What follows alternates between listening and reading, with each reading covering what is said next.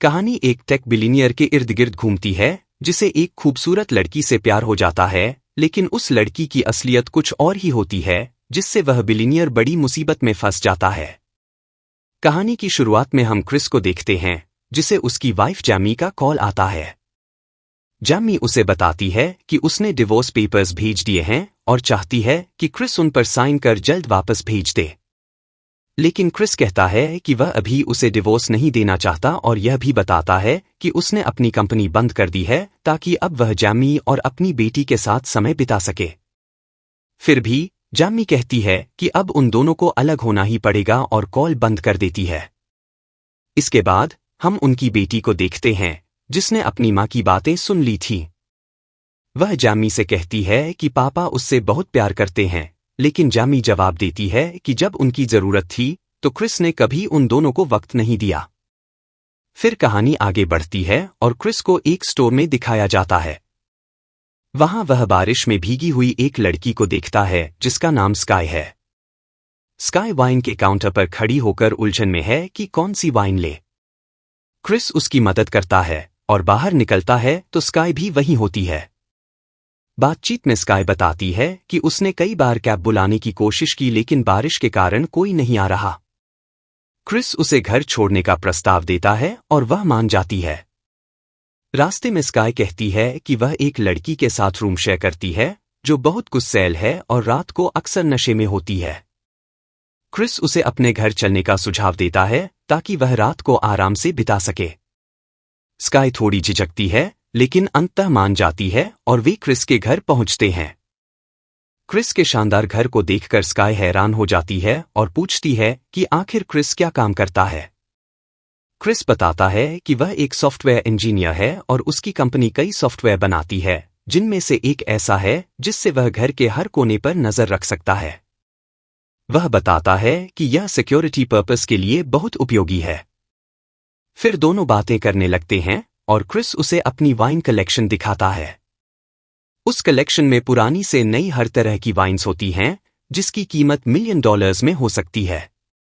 रात होते होते वे दोनों एक दूसरे के करीब आ जाते हैं और अंततः इंटीमेट हो जाते हैं।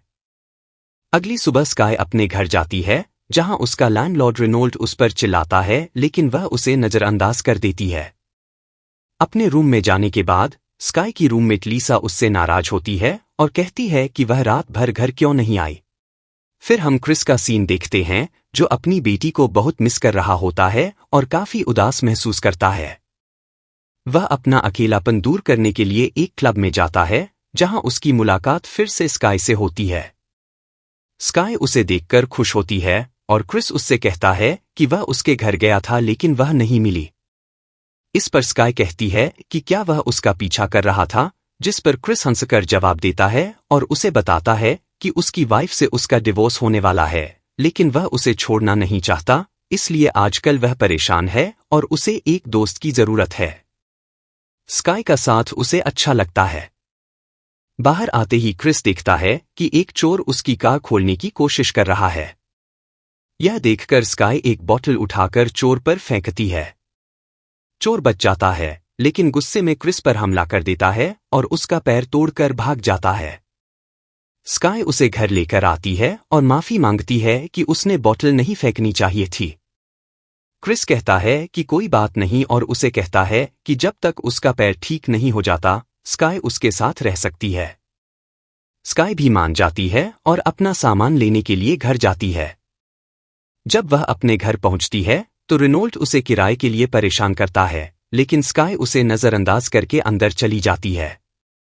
लीसा उसे सामान पैक करते देख रोकने की कोशिश करती है क्योंकि वह उससे प्यार करती थी, लेकिन स्काई उसे समझाती है कि वह उसे छोड़ नहीं रही, बस कुछ दिनों के लिए जा रही है।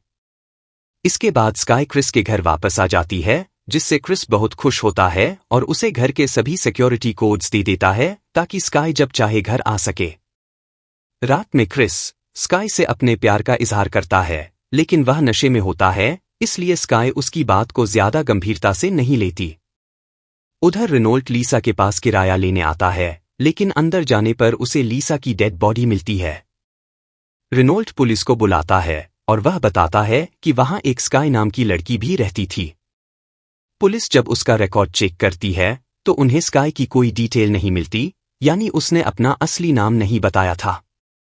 इसके बाद क्रिस अपनी वाइफ जैमी से कॉल पर बात कर रहा होता है, जो उसके टूटे हुए पैर को देखकर पूछती है कि क्या हुआ।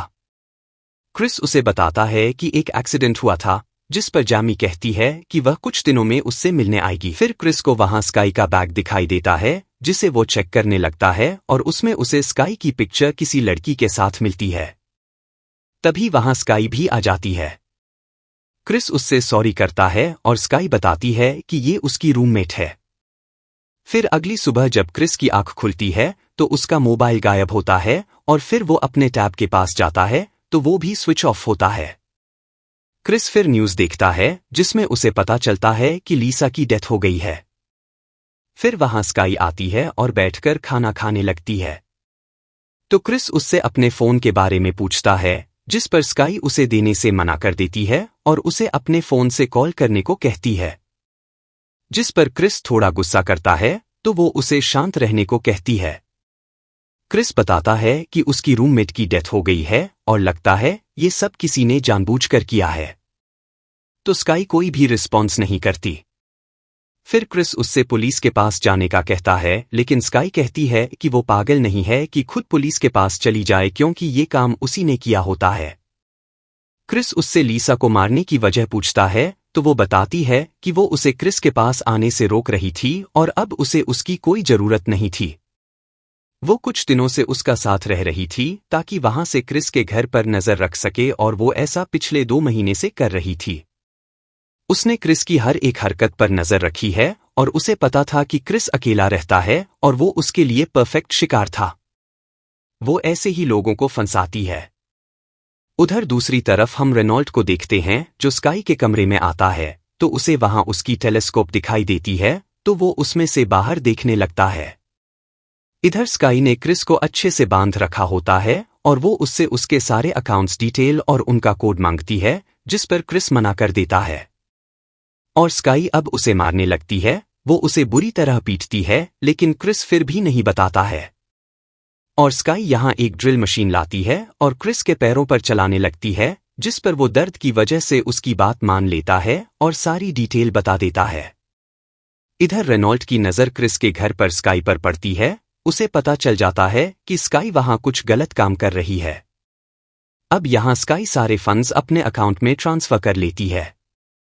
अब वो क्रिस के पास आकर उससे कहती है कि वो अपने ब्रोकर को कॉल करे और उसके नाम जितने भी शेयर्स हैं उन्हें बेचकर पैसे अकाउंट में शिफ्ट करने को कहे ताकि वो भी वो ले सके। फिर वो क्रिस को ब्रोकर से बात करने के लिए टायर करने लगती है और क्रिस अब उस पर हमला कर देता है और वो उसे मारने ही वाला होता है कि स्काई एक कैंची से उसकी बाजू पर मारती है। वो खुद को छुड़ाकर उसे उसकी वाइफ और बेटी की वीडियो दिखाती है और कहती है कि वो कच्ची खिलाड़ी नहीं है। उनकी पूरी टीम है जिसने उसकी बेटी पर नजर रखी हुई है और अगर वो मर जाती है तो उसकी फैमिली भी नहीं बचेगी। वो सोच समझकर उस पर अटैक करे। अब वो पूरे घर की एंटिक चीजों की पिक्चर्स लेने लगती है ताकि उन्हें ब्लैक मार्केट में बेच सके और थोड़ी देर बाद एक आदमी उन्हें लेने के लिए आता है। और वो वही आदमी था जिसने क्रिस की गाड़ी चोरी करने की कोशिश की थी। मतलब स्काई बहुत देर से ये सब प्लान कर रही थी। इसके बाद वहां रेनॉल्ट भी आ जाता है और वो बाहर बहुत देर तक बेल देता है। फिर वो विंडो तोड़कर अंदर आने लगता है। दूसरी तरफ स्काई को पता चल जाता है क्योंकि उसके पास घर का कैमरा का एक्सेस होता है। इधर क्रिस रेनॉल्ट को कहता है कि वो जल्दी पुलिस को कॉल करे और वो लड़की उसे लूट रही है। तो रेनॉल्ट कहता है कि उसे बचाने पर उसे क्या मिलेगा। तो क्रिस उसे सामने लगी पेंटिंग का बताता है कि वो रख सकता है, वो बहुत महंगी है। तो रेनॉल्ट वो पेंटिंग उतारता है। फिर वहां स्काई भी आ जाती है और उसके हाथ में तलवार होती है। अब वो रेनॉल्ट के करीब जाती है और क्रिस को मौका मिलता है और वो बाहर भागता है। अब क्रिस बाहर जाकर गाड़ी का डोर ओपन करने की कोशिश करता है, लेकिन वो लॉक थी। तो वो एक बाइक लेकर भागने लगता है और इधर स्काई रेनॉल्ट को मार देती है। उधर क्रिस बाइक से गिर जाता है और एक गाड़ी वाला वहां आता है जिसका नाम सेबास्टियन होता है, जो उसकी हेल्प करता है। और क्रिस उसे बताता है कि वो लड़की ने उसे लूट लिया है, वो तुरंत पुलिस को कॉल करे और वो कॉल करने लगता है। इसके बाद हम देखते हैं सेबास्टियन उसे क्रिस का घर ही वापस ले आता है और सामने स्काई खड़ी होती है और वो उसे अंदर लेकर आते हैं। इस पर सेबास्टियन उसे बताता है कि वो स्काई के साथ ही मिला हुआ है और वो उसका गुरु है। ये सारी चीजें उसी ने स्काई को सिखाई हैं। अब वो स्काई को ऊपर लेकर जाता है। वो इंटीमेट होते हैं, फिर स्काई क्रिस के पास आती है। क्रिस उससे कहता है कि उसे वाकई उससे प्यार हो गया था, तो वो उसके साथ रहते हुए सब उसी का होने वाला था। अब उसके पास कुछ भी नहीं है। इस पर स्काई कहती है उसे पता है कि उसके बॉन्ड्स लॉकर में हैं और उसे अब वो चाहिए। फिर वहां सेबास्टियन भी आता है और वो लोग उसकी उंगली काट लेते हैं ताकि लॉकर खोल सकें। इसके बाद वहां क्रिस की वाइफ और बेटी भी आ जाते हैं जो क्रिस से मिलने आए थे। लेकिन सामने उन्हें स्काई मिलती है जो कहती है कि क्रिस सो रहा है। लेकिन जेमी उसकी बात नहीं मानती और वहां सेबास्टियन भी आ जाता है और उन दोनों को क्रिस के साथ ही बंद कर देता है और वो लोग मिलकर रोने लगते हैं। इधर स्काई और सेबास्टियन गाड़ी पर निकल जाते हैं और वो सेबास्टियन ने अपनी बाजू पर पट्टी लगाकर क्रिस की उंगली साथ लगाई होती है और वो स्कैन करके उसका लॉकर खोलने लगते हैं। इधर क्रिस अपनी वाइफ को बताता है कि वेंटिलेशन से वो अपनी बेटी को बाहर भेज सकते हैं और वो उसे कोड भी बताता है और वो डोर खोलने जाने लगती है। इधर जेमी पूछती है कि वो लोग कहाँ गए हैं, तो वो बताता है कि वो लॉकर से बॉन्ड्स निकालने गए हैं। तो वो बताती है वो तो मेरे लॉकर में हैं और ऐसा मैंने वकील के कहने पर किया था जो कह रहा था कि डिवोर्स के बाद क्रिस उसे हिस्सा शायद न दे। तो क्रिस को बहुत गुस्सा आता है और वो कहता है अब उन लोगों को बॉन्ड्स नहीं मिलेंगे तो वो वापस आएंगे हमें मारने, और ऐसा ही होता है। वो लॉकर खाली था और वो लोग वहां से निकल पड़ते हैं। इधर क्रिस की बेटी डोर ओपन कर लेती है और सेबास्टियन भी अंदर आ जाता है, लेकिन क्रिस उस पर हमला कर देता है। लेकिन सेबास्टियन उसे तुरंत पटक देता है और गन निकालकर उसे मारने वाला होता है, लेकिन स्काई ऐसा नहीं चाहती थी कि वो क्रिस को मारे और वो सेबास्टियन को ही मार देती है ताकि उसे ज्यादा पैसा मिल सके। और क्रिस अब मौका पाकर स्काई पर हमला करता है और तुरंत छुप जाता है।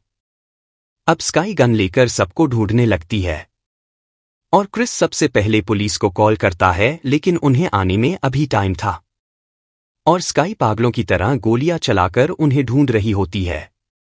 इससे पहले कि वो क्रिस की बेटी या वाइफ को ढूंढे तो क्रिस ही स्काई पर हमला कर देता है, लेकिन स्काई उसे मारने लगती है और फिर वहां जेमी भी आ जाती है और स्काई पर हमला करती है।